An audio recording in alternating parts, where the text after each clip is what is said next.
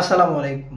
কালকের থেকে শুরু হচ্ছে টি10 লিগ, যেটার জন্য আপনারা অনেকদিন ধরে অপেক্ষা করেছিলেন। কি অপেক্ষাটা কিন্তু প্রহর কিন্তু শেষ। কালকের থেকে শুরু হবে টি10 লিগ। কালকের প্রথম টি10 লিগে শেখ আবু জায়েদ স্টেডিয়ামে আবুধাবিতে প্রথম ম্যাচটাই কিন্তু শুরু হবে 5:30টায়, দ্বিতীয় ম্যাচটা শুরু হবে 7:30টার দিকে। অর্থাৎ দুইটা ম্যাচ কালকে কিন্তু উদ্বোধনী ম্যাচ, এবং দ্বিতীয় ম্যাচটাতে কিন্তু আমাদের বাংলার নবাব সাকিব আল হাসান খেলবে। এখন কথা হচ্ছে যেটা যে টি10-এর জন্য যারা অপেক্ষা করছিলেন এতদিন, তাদের অপেক্ষার কিন্তু অবসান ঘটলো।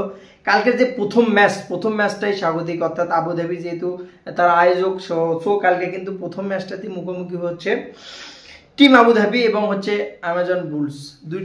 দুইটা টিমই কিন্তু প্রথম ম্যাচটাতে কিন্তু কালকে মুখোমুখি হবে। তো দেখেন, জিবি নিশাম ভেসেস আপনি বলতেই পারেন যে মায়ার্স, অর্থাৎ ওয়েস্ট ইন্ডিজের মায়ার্স এবং হচ্ছে নিউজিল্যান্ডের জিবি নিশামের টিম, এবং অনেক তারকা ক্রিকেটার কিন্তু এই টি10, এই আবুধাবি টি10টা কিন্তু যখন থেকে শুরু হয়েছে তখন থেকে তারা কিন্তু চমক দিয়েই যাচ্ছে। অনেক বড় ক্রিকেটার এখানে নাম লিখিয়েছে, বা অনেক সিনিয়র ক্রিকেটার, লিজেন্ড ক্রিকেটার কিন্তু এই আবুধাবি টি10 লিগ খেলছে। তো আপনি যদি প্রথম ম্যাচটায় যদি আপনি স্কোয়াড দেখেন, অ্যামাজন বুলস এবং হচ্ছে আবুধাবির যদি স্কোয়াডটা দেখেন, সেখানে জেমস, জিবি নিশাম, মুজিবুর রহমান, কুলবাদিন নায়েব, হায়দার আলী, মোহাম্মদ নাবি, জাস্ট 4 থেকে 5টা নাম বললাম, আরও অনেকগুলো আছে, বলতে টাইম লাগবে। সো আমি যদি বলি অ্যালেক্স হেলসের মতো ক্রিকেটার আছে, দেখেন কত বড় লিজেন্ড কিন্তু এখানে কিন্তু আবুধাবি টি10 লিগে খেলছে। তো দ্বিতীয় টিমটা হচ্ছে টিম আবুধাবির কথা যদি বলি, দেখেন ফিল শট, জনি বেস্ট্রো, দুইটা নাম কিন্তু যথেষ্ট। দুইটা নাম বিশেষ করে টি10-এর জন্য যথেষ্ট। এবং টি10-এর ফিসগুলো কীরকম হয়, 10 ওভারের খেলাটা মনে করেন এরকম হয়, বুঝলেন, যে 1 ওভারে খেলা চেঞ্জ, বা আপনি 6 বলে খেলা চেঞ্জ হয়ে যায়, 3 বলে 3টে 6 মারলে খেলা চেঞ্জ হয়ে যায়, মোমেন্টামটা চেঞ্জ হয়ে যায়। বোলিংয়ের ভ্যালু খুবই কম, এখানে ব্যাটিংয়ের ভ্যালু বা রানের ভ্যালু, রান যত বেশি করবে সেখানে ভ্যালুটা। বোলিংয়ের ভ্যালু আছে খুব স্পেশাল, যারা লেগ স্পিনার আছে, রশিদ খানের কথা যদি বলি, এবং অনেক বড় বলার আছে, যেখানে মনে করেন জুনায়েদ খানের মতো বলার আছে, আলীর মতো বলার আছে, যেখানে আপনি আসিফ আলীর মতো হার্ড হিটার ব্যাটসম্যান আছে, যেখানে আপনি বলবো যে আমি যদি বলি যে ইন্ডিয়ার বর্তমানে কিন্তু দীনেশ কার্তিক, সেও কিন্তু বাংলা টাইগার্সে খেলছে।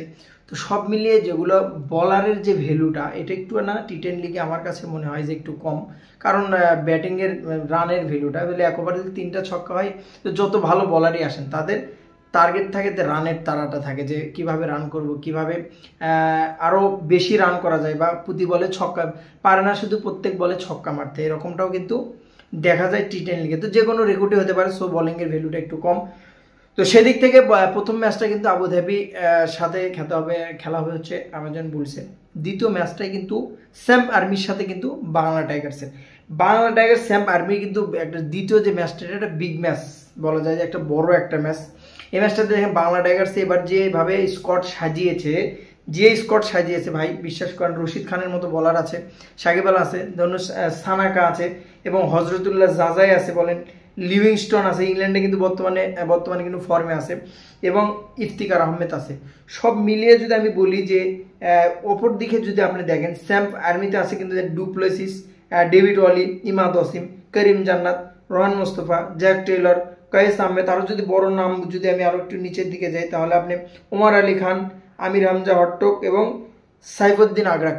তো দেখেন তুলনামূলকভাবে বাংলা টাইগার্সটা আমার কাছে স্যাম আর্মি একটু দুর্বল মনে হলো। বাট উদ্বোধনী ম্যাচ যেহেতু, অবশ্যই প্রথম ম্যাচে কোনো কিছু বোঝা যাবে না, পরবর্তীতে ম্যাচ যখন আরও হতে থাকবে তখন একটা অ্যাভারেজ বা রান বা কত টার্গেট কত কীরকম হতে পারে, পিচ কন্ডিশন কেমন বোঝা যাবে। তো সব মিলিয়ে আবুধাবি শুরু হচ্ছে টি10 লিগ কালকের থেকে। কনগ্রাচুলেশন, জাস্ট একটা বার্তা আপনাদের প্রতি দিলাম আমি।